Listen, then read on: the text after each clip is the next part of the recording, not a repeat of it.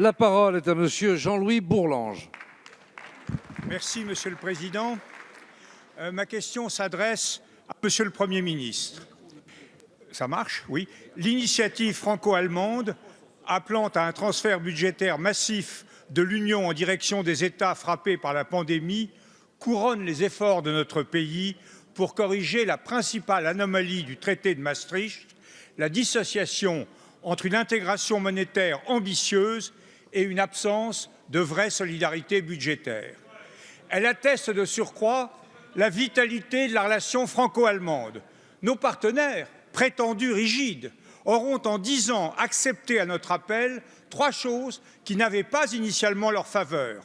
La politique de rachat par la BCE des dettes souscrites par les États fragiles, la reconnaissance par le TSCG du lien nécessaire entre le niveau de rigueur budgétaire et l'état de la conjoncture économique et désormais la mise en place de transferts budgétaires massifs de solidarité. Le Conseil européen doit maintenant répondre à 2 questions essentielles. Côté dépenses, le gouvernement peut-il nous faire part des critères sur lesquels, à ses yeux, la répartition entre les prêts et les transferts devrait s'opérer? Côté ressources, peut-il nous dire si et dans quelle mesure le plan doit être financé par une contribution des États proportionnelle à leur richesse ou, ce que nous préférons, par le recours à une nouvelle ressource propre et, dans ce dernier cas, laquelle?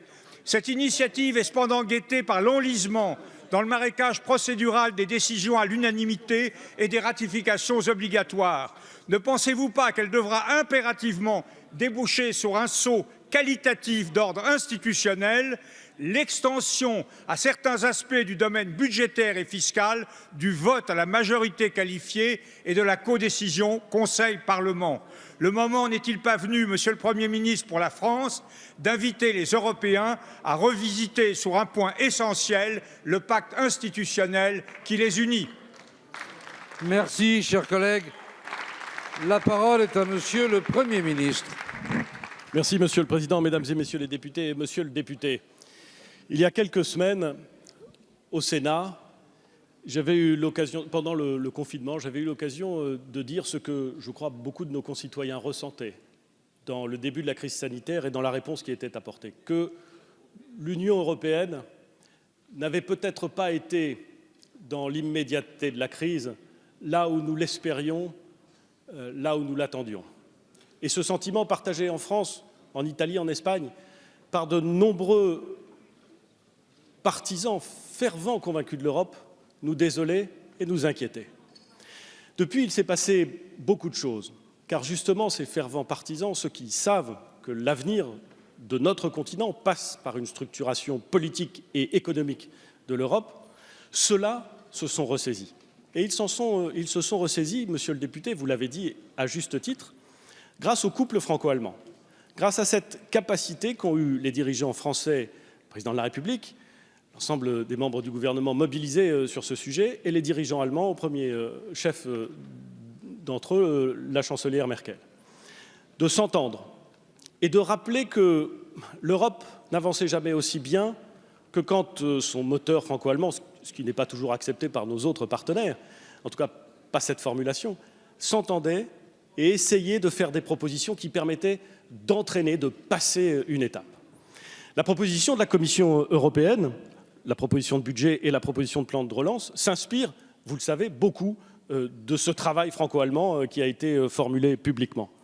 La proposition de la Commission qui doit être discutée, c'est un peu plus de 1 800 milliards d'euros. C'est une somme considérable et beaucoup d'entre nous ont parfois du mal à se représenter ce que cela peut vouloir dire que 1 800 milliards d'euros. C'est une réponse à la hauteur des enjeux.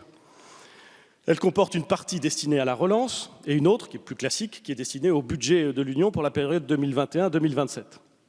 Les négociations autour de ce plan vont s'engager lors du Conseil européen de vendredi. Sur les ressources, vous avez posé cette question. La France est favorable à ce que le budget européen soit financé par de nouvelles ressources propres. Certaines ont fait l'objet de propositions opérationnelles par la Commission. Elles devraient être mises en œuvre dès 2021, vous les connaissez, c'est le cas de la taxe plastique, c'est le cas des ressources dites ETS, c'est-à-dire qui taxent les émissions de gaz à effet de serre. D'autres vont faire l'objet de discussions et nous pensons qu'il convient d'accélérer leur mise en œuvre. C'est la taxe numérique, sur laquelle nous nous sommes beaucoup battus. C'est la taxe carbone aux frontières, qui est essentielle si on veut remettre une forme d'équité dans le commerce international et prendre en compte les objectifs de l'accord de Paris. C'est la taxe sur les transactions financières, dont il nous semble qu'elle ne peut être mise en place utilement qu'à l'échelle européenne et pas simplement État par État. Côté dépenses, puisque vous avez évoqué aussi la question des dépenses, la Commission, vous le savez, a proposé la création d'un instrument financier à hauteur de 750 milliards d'euros, destiné à rehausser pendant 3 ans les programmes de l'Union. C'est 500 milliards d'euros de dépenses et 250 milliards d'euros de prêts, autour de 3 piliers, la facilité de relance et de résilience, c'est 560 milliards d'euros, une aide destinée à faire redémarrer l'économie et notamment à favoriser l'investissement privé à hauteur de 90 milliards d'euros, et le renforcement de certaines actions comme la création d'un programme pour la santé, c'est-à-dire d'une certaine façon l'ouverture, non pas à de nouvelles compétences, mais à de nouveaux champs qui sont indispensables à l'échelle européenne si nous voulons, là encore, tenir compte de ce qui s'est passé. La répartition entre les prêts et les dons, question que vous avez évoquée, et surtout fonction de la finalité de la dépense. Un soutien à la solvabilité d'une entreprise sera généralement un prêt. Les rehaussements du FEADER ou du FSE seront, eux, beaucoup plus facilement des transferts budgétaires.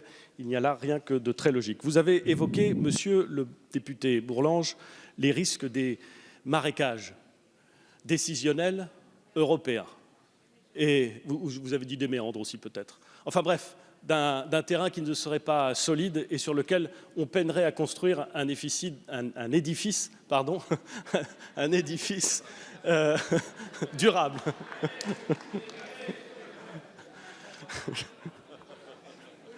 Je me permets de vous faire remarquer, monsieur le député, que la France avait soutenu la proposition du commissaire européen Moscovici tendant à utiliser la clause passerelle pour justement faire passer en matière fiscale les décisions non pas de l'unanimité, vers la majorité qualifiée. Cette position me semble devoir être maintenue. Si nous voulons avancer, il faut effectivement changer de registre, changer de nature, conserver l'ambition, mais s'en donner les moyens. Merci, monsieur le Président.